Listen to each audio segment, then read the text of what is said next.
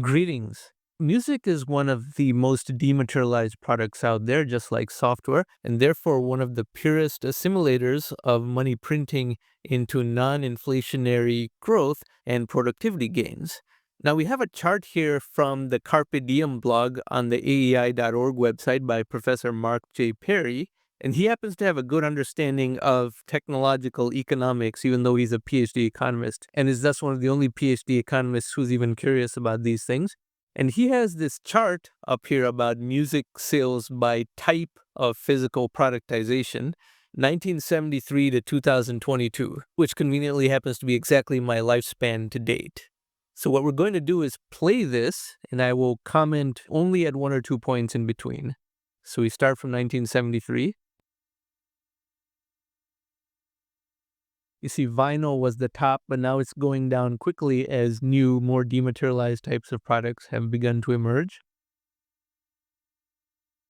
CDs are even more dematerialized than cassettes, so CDs took the lead. And vinyl has shrunk to almost zero by now, 0.2% in 2006. Now, streaming, the most dematerialized type of music delivery, has emerged.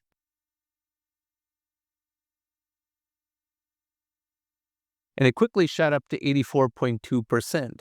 So the most dematerialized type of music delivery became the overwhelming majority of music sales, although vinyl did rise from 0.2%, as we saw at its lowest point, to 7.4%. This is part of a vinyl revival that is occurring now for non-technological reasons for the most part. And you can read about that on Wikipedia over here, about why vinyl has come back for a short while. I don't think this will sustain for a very long time. Of course, in India, vinyl is pronounced as vinyl. Now remember, this only represents music that is actually purchased.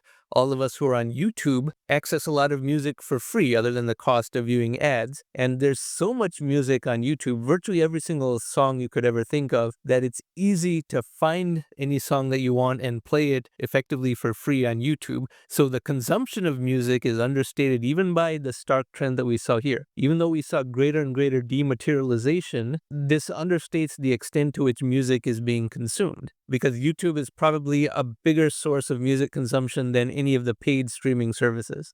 And this leads us to another paragraph that is in this article. You can read this entire article if you're interested in these particular observations that Professor Perry has made. But this paragraph that he titles as related is super important to all atom type of thought. And I'm going to read it. The abundance of low-cost, almost free music also illustrates one of the shortcomings of traditional GDP accounting when it comes to measuring our economic well-being or standard of living. Americans' music well-being is clearly at an all-time high for the reasons discussed above.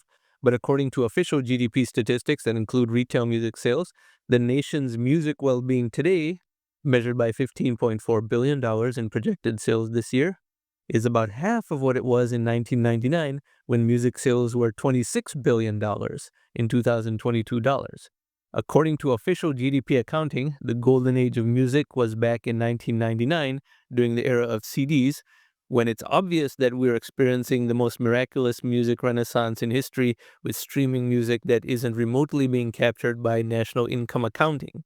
Now, this paragraph is very well tied to the Atom thesis, and I use music as an example in the Atom chapter 2, which you can access over here, is an audiobook chapter. Music is one of those things where above a certain quality threshold, demand is infinity, but printing more money will not boost that $15.4 billion figure much, because almost everyone is accessing as much music as they want to.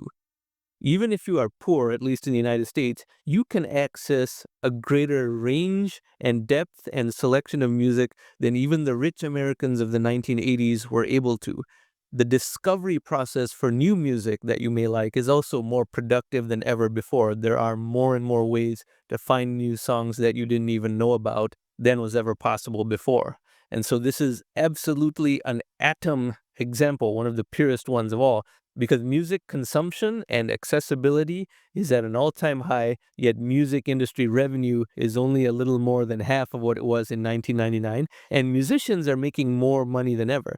Take all the top musicians of today. The amount of money they make per year is more than ever. So in this particular video, we have seen examples of dematerialization and disintermediation. The removal of record labels and retail stores in between has enabled the difference to be split between the consumer and the musician. And that's why half as much music industry revenue still means much more music access and consumption. And no amount of money printing can increase the consumption of music from what it is now. I repeat again. So this is something to think about, because this is one of the best examples of a sector of the economy transitioning from low tech to high tech. And similar economics can happen in more and more sectors. Anything that is very software or knowledge oriented can experience the same. And we are seeing this more and more as the atom progresses, the accelerating technomic medium of the world. And this is why GDP measurements and inflation statistics are all becoming more and more outdated. Music has experienced tremendous deflation, and this type of deflation is good because it is inseparable from an increase in living standards. No amount of money printing can cause inflation in music, let alone hyperinflation in music dollar prices. That just cannot occur. And that is why GDP is becoming less and less accurate of a measurement of economic growth. Remember that GDP rewards doing more with more, whereas technology is always about getting the same with less. I'll say that again.